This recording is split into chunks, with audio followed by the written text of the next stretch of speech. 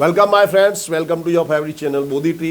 दोस्तों, आज हम व्रज असाइनमेंट का पेपर नंबर 2 सब्जेक्ट इंग्लिश का सेक्शन भी सॉल्व करने वाले हैं। तो हमारा पहला जो क्वेश्चन है, इट इज़ अ कॉम्प्रीहेंशन। और इस कॉम्प्रीहेंशन में आपको पैराग्राफ या पोएट्री का जो स्टेंजा होता है उसको पढ़कर प्रश्नों के उत्तर देने होते हैं।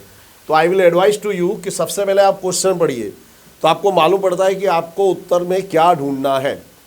ओके, तो सबसे पहले हम प्रश्न पढ़ेंगे। क्वेश्चन से हमारे, what does I have grown my wings mean, यानी मेरे पंख उगाए हैं, इसका मतलब क्या होता है। What is the young person living for, यानी ये जो युवान व्यक्ति है किस लिए घर छोड़कर जा रहा है। What does the poet request his mother, यानी कवि अपनी माता से क्या विनती करता है। तो इन प्रश्नों के उत्तर हमको ढूंढने हैं। तो सबसे पहले हम ये पोएट्री का स्टेंजा पढ़ेंगे। It is a very nice poetry.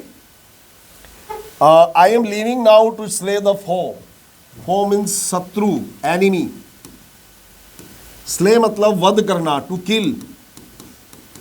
तो मैं मेरे शत्रुओं का वध करने जा रहा हूँ। Fight the battles high and low. जिंदगी के युद्ध लड़ने जा रहा हूँ। यहाँ शत्रु मतलब जीवन की जो समस्याएं हैं। I am leaving mother, hear me go. मैं जा रहा हूँ, मुझे जाने दो। Please wish me luck today. I have grown my wings, I want to fly. I have grown my wings means to say I am grown up. I want to see the world. I want to fight the world. I want to fight my own battles. I want to fly. मैं उड़ना चाहता हूँ। Seize my victories where they lie. और मेरी जो जीत है वो हासिल करना चाहता हूँ। I am going home but please don't cry. तो कवि रिक्वेस्ट करता है कि रोना मत। Just let me find my way. मुझे अपना रास्ता ढूंढने दो। तो इंग्लैंड में एक परंपरा थी, उसमें कैसा होता था कि उनके जैसे मान लें कि किसी घर में 5 बेटे हैं, तो जो सबसे बड़ा संतान होती थी उसको सारी संपत्ति देते थे और बाकी 4 बच्चों को बोलते थे कि जाओ अपनी दुनिया खुद ढूंढो, लड़ो, अपनी दुनिया खुद बनाओ। तो उन्होंने इसी जो परंपरा के चलते उन्होंने पूरी दुनिया जीत डाली। इंग्लैंड एक छोटा सा टापूनुमा देश है जिसका क्षेत्रफल हमारे गुजरात जितना है लगभग, फिर भी उन्होंने ऑस्ट्रेलिया, अमेरिका, न्यूजीलैंड, भारत, लगभग पूरी दुनिया उन्होंने जीत डाली थी। तो ये होता है जज्बा। So now our question and answers. So our first question is, what does I have grown my wings mean, यानी मेरे पंख उगाए उसका मतलब क्या होता है। तो आई have grown my wings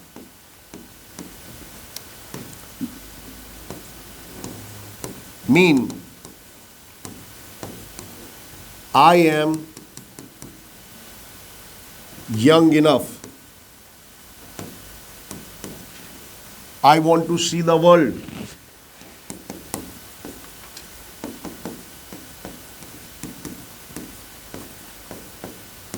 I want to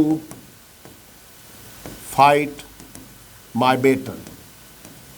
Okay? Next question is, what is the young person living for? So the young person is living to slay his foe. अपने शत्रुओं का वध करने, यानी अपनी मुसीबतों का खत्म करने। एंड सीज हिज विक्ट्रीज, यानी उसके जीवन की जो जीत है उनको हासिल करने के लिए वो घर छोड़ के जाना चाहता है। What does the poet request his mother? कवि अपनी माता से क्या रिक्वेस्ट करता है। So now this is a question of simple present tense. So you will have to answer this into simple present tense. Simple present tense में question बनाने के लिए do या does का उपयोग होता है। तो जब अपने इसका आंसर लगेंगे तो do या does को रिमूव करेंगे। तो लिखेंगे the poet request his mother not to cry and wish him luck. वो उसकी माता से रिक्वेस्ट करता है कि मेरे जाने के बाद रोना मत और मुझे बेस्ट ऑफ लक विश करना। Okay, next question. Read the paragraph and answer the questions. अब ये जो स्टोरी है ये रविंद्रनाथ टैगोर की स्टोरी है। It is a very emotional story. तो इसमें ये मैसेज इसी जो है, इसका जो सेंट्रल थीम ये है कि कोई जो बच्चा है उसके लिए उसका सबसे सुरक्षित घर होता है उसके माता पिता का घर। So mother was surprise looking at the stranger. Stranger यानी अनजान व्यक्ति। तो जो माता थी वो अनजान व्यक्ति को देख करके आश्चर्यचकित थी। He was Bishambar. वो कौन था? Bishambar, Phatik's maternal uncle. Maternal uncle का मतलब होता है मामा। तो वो थे बिसम्बर, ये फटीक के मामा थे। She welcomed him and touched his feet. उन्होंने उनका स्वागत किया और चरण स्पर्श किए। Bishambar came to see his sister after many days. Bishambar कई दिनों के बाद अपनी बहन से मिलने आया था। The brother asked about the studies of the two boys. तो बिसम्बर ने अपनी बहन से दोनों बच्चों की पढ़ाई के बारे में पूछा। The sister said that the fatigue was a nuisance for her. कि फटीक उनके लिए एक सरदर्द था, just like you. He was disobedient. Obedient का मतलब होता है आज्ञाकारी। डिसओबीडियंट यानी जो आज्ञा ना मानता हो। एंड वाइल्ड यानी जंगली प्रकार का, तूफानी था। But Makhan was very good and gentle and very fond of reading. दूसरी ओर माखन बहुत ही अच्छा सज्जन था और उसे पढ़ने का बहुत शौक था। Bishambar kindly offer to take Phatik to Kolkata and educate him there with his own children. तो बिसम्बर ने विश किया कि वो उसे यानी फटीक को कलकत्ता ले जाएगा और अपने बच्चों के साथ पढ़ाएगा। The widowed mother agreed readily. जो विडोड यानी विधवा, ये जो बच्चा है फटीक, इसकी माता विधवा हो गई थी, इसके पिता नहीं थे, तो बहुत ही जल्दी उनसे सहमत हो गई। फिर इसके बाद ये जो फटीक है ये अपने मामा के साथ जाता है। अब उसकी जो मामा थे वो भी ज़्यादा पैसे वाले नहीं थे, गरीब ही थे। तो उसकी मामी को एक्सेप्ट नहीं हुआ कि उनके घर में कोई एक दूसरा और मेंबर आ जाए, जिससे कारण उनके पैसों की ऑलरेडी कमी थी और ज़्यादा तकलीफ हो। तो मामी इस बच्चे को बिल्कुल ध्यान नहीं देती है। अंत में ये होता है कि ये बच्चा जो है फटीक, ये सारी शरारतें भूल जाता है और मर जाता है। और जब ये मरता है तो अंतिम शब्द वक्त पे इसके जुबान पे जो शब्द रहता है वो होता है माँ, यानी अपनी माता को याद करता है। सो अब क्वेश्चन आंसर देखेंगे। Who was the stranger that came to Phatik's house. जो अनजान व्यक्ति फटीक के घर आया था वो कौन था? तो the stranger was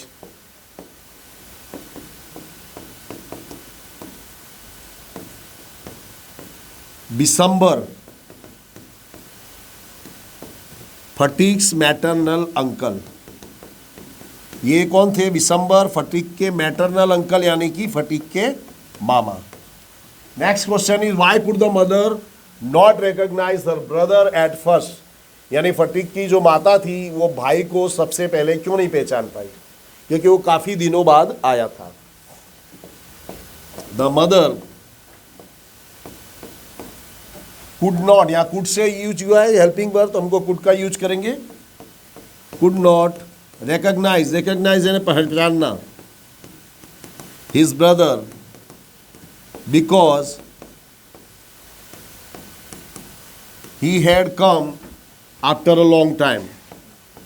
he had come after a long time, क्योंकि वो काफ़ी लंबे समय बाद अपनी बहन से मिलने आए थे। What did Bishambar ask? Bishambar ने क्या पूछा? तो Bishambar asked about the studies of the children. तो बिसम्बर ने जो बच्चे थे फटीक और माखन, उनकी पढ़ाई के बारे में पूछा। What was the difference between the two boys? दोनों बच्चों के बीच में क्या अंतर था? तो ये आप क्वेश्चन आंसर के लिए पोज कर देना वीडियो जहां आपको अच्छा लगे। So what was the difference between the two boys? दोनों बच्चों में क्या अंतर था? तो fatigue was a nuisance and he was disobedient. And Makhan was gentle and fond of reading. माखन सज्जन था और उसे पढ़ने का शौक था, क्योंकि वो मोबाइल नहीं चलाता था। बराबर। Next is what did Bishambar offer to his sister. Bishambar ने अपनी सिस्टर से क्या ऑफर रखा, क्या कहा? तो Bishambar offered his sister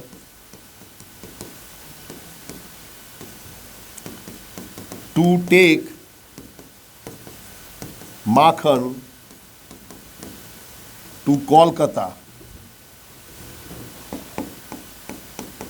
for study. पढ़ाई के लिए वो माखन को कलकत्ता ले जाना चाहते थे, उसकी ऑफर उन्होंने रखी थी। Okay, next question, read the data and answer the question. ये डेटा को पढ़ के आपको आंसर देना है। तो मैं आपको कहूँगा सबसे पहले ये जो प्रश्न है वो समझ देना है। पहला प्रश्न है who has given the advertisement. ये एडवर्टीजमेंट किसने दिया है? How much discount is given on second hand book. Second hand book पर कितना डिस्काउंट दिया गया है। Where is Ganesh book depot situated. Ganesh book depot कहाँ पर स्थित है। When does the shop open. दुकान कब खुलती है। Is the shop closed on Sunday. क्या रविवार को दुकान बंद रहती है। इन प्रश्नों के उत्तर हमको ढूंढने हैं। तो देखिए, पहला प्रश्न था एडवर्टीजमेंट किसने दी है। तो देखो, Ganesh book depot near government high school Ambaji. तो देखिए इसका एड्रेस है और डिस्काउंट कितना दिया है 50% ऑन सेकंड हैंड बुक। और क्या क्या बेचते भाई ये, text book, notebooks, reference books, ये सब बेचते हैं। और स्टेशनरी इज़ अवेलेबल। और टाइम क्या है, सुबह 9 बजे दुकान खुलेगी इन द मॉर्निंग, शाम को 7 बजे बन जाती है। मंडे टू सैटरडे चालू रहेगी, संडे को क्लोज रहेगी। ओके, तो हमारा पहला प्रश्न था who has given the advertisement. ये एडवर्टीजमेंट किसने दी है। तो इसमें हम कंपनी का नाम लिखेंगे, Ganesh book depot has given the advertisement. Next question is how much discount is given on second hand books. तो हाउ मच को हटा करके यहाँ पे आंसर लिख दिया जाता है 50% discount is given on second hand books.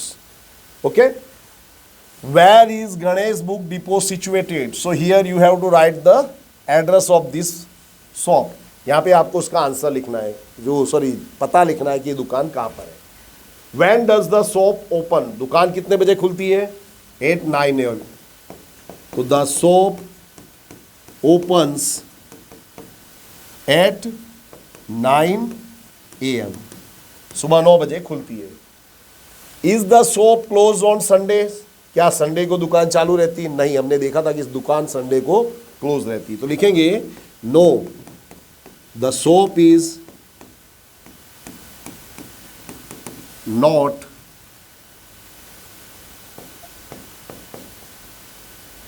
The shop is not open on Sunday, अथवा the shop is closed on Sunday.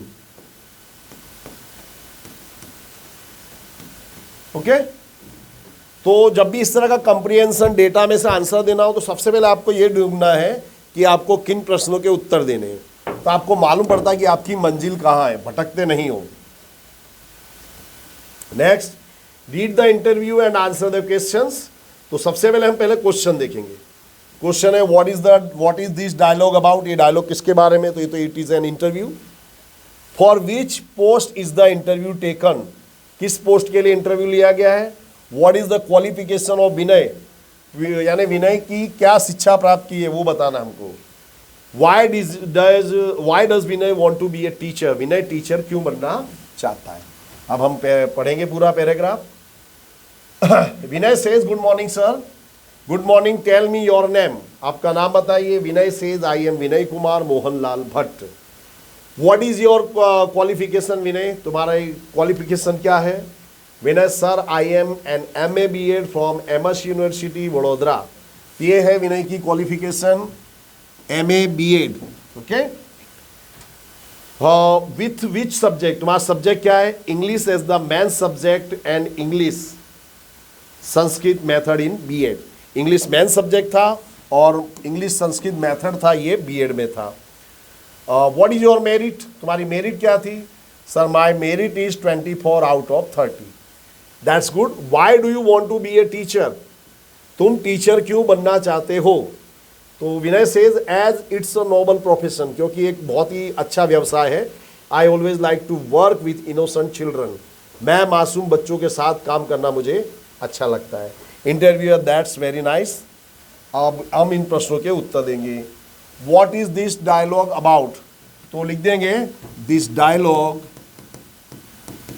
Is an interview, ये डायलॉग क्या है? एक इंटरव्यू है। For which post is the interview taken, किसके लिए लिया गया? For the post of teacher. तो the interview is taken for the post of a teacher.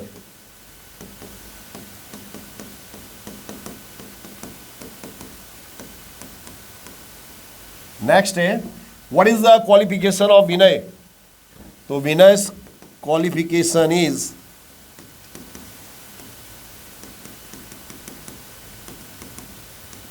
MA B.Ed. Okay. Next है why does Vinay want to be a teacher, Vinay teacher क्यों बनना चाहता है? तो ये सिंपल प्रेजेंट में है, तो सिंपल प्रेजेंट टेंस में आंसर लिखेंगे विनय वांट्स हो जाएगा। देखिए इसका जो डज का जो ऐसे एक वर्ब में आ जाएगा, टू बी अ टीचर